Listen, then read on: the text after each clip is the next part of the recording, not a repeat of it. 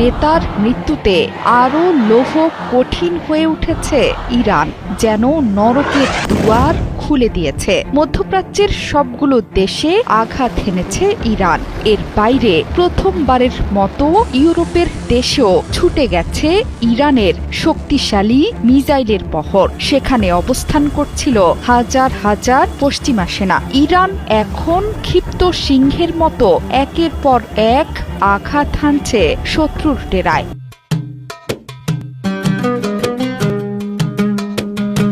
সব বিশ্বাসঘাতকদের দম্ভ অহংকার চূর্ণ বিচূর্ণ করে দিচ্ছে এক পলকের মধ্যে। ইরান জুড়ে চলছে শোকের মাতম। প্রিয় নেতাকে হারিয়েও থেমে নেই আয়াতুল্লাহ আলী বাহিনীর আইআরজিসি বাহিনী। সাইপ্রাসে 2টো মিসাইল নিক্ষেপ করেছে তেহরান। এর বাইরে দিনভর মিসাইল ড্রোনে উত্তপ্ত হয়ে উঠেছে মধ্যপ্রাচ্যের প্রায় সবগুলো দেশ। মিসাইলের আগুনে পুড়িয়েছে তেলবাহী ট্যাঙ্কার এবং যুদ্ধজাহাজ। ব্রিটিশ প্রতিরক্ষা মন্ত্রী জন হেইলি বলেছেন, সাইপ্রাসে ব্রিটিশ ঘাঁটি লক্ষ্য করে নিক্ষেপ করা হয়েছে 2টো মিসাইল। সেখানে হাজার হাজার ব্রিটিশ সেনা মোতায়েন আছে। প্রতিরক্ষা মন্ত্রী বলেছেন, এগুলো সরাসরি সাইপ্রাসে থাকা ব্রিটিশ ঘাঁটি লক্ষ্য করে ছোড়া হয়েছিল। তবে মিসাইল নিক্ষেপ বুঝিয়ে দিচ্ছে এই অঞ্চল জুড়ে ব্যাপকভাবে আক্রমণাত্মক আচরণ করছে ইরান। শনিবার ইরানের হামলা বাহরাইনে অবস্থানরত ব্রিটিশ সৈন্যদের কয়েকশো মিটার দূরে আঘাত হেনেছিল।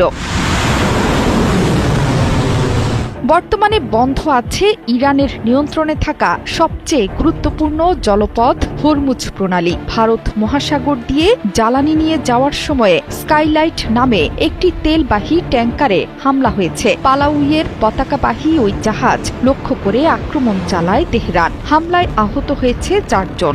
ওমান জানিয়েছে দেশটির দুকম বন্দরেও আঘাত হেনেছে 2টো ড্রোন।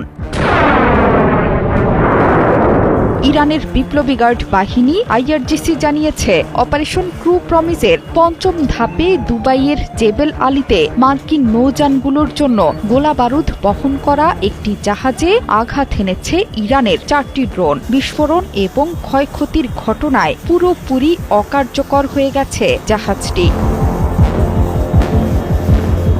এছাড়া কুয়েতের আবদুল্লাহ মোবারক এলাকায় মার্কিন নৌঘাঁটিতে 4টি ব্যালিস্টিক মিসাইল এবং 12টি ড্রোন আঘাত হেনেছে। ধ্বংস হয়ে গেছে সেখানকার সব স্থাপনা। সেখানে মার্কিন বাহিনীর বিপুল সৈন্য হতাহতের খবর দিয়েছে তেহরান।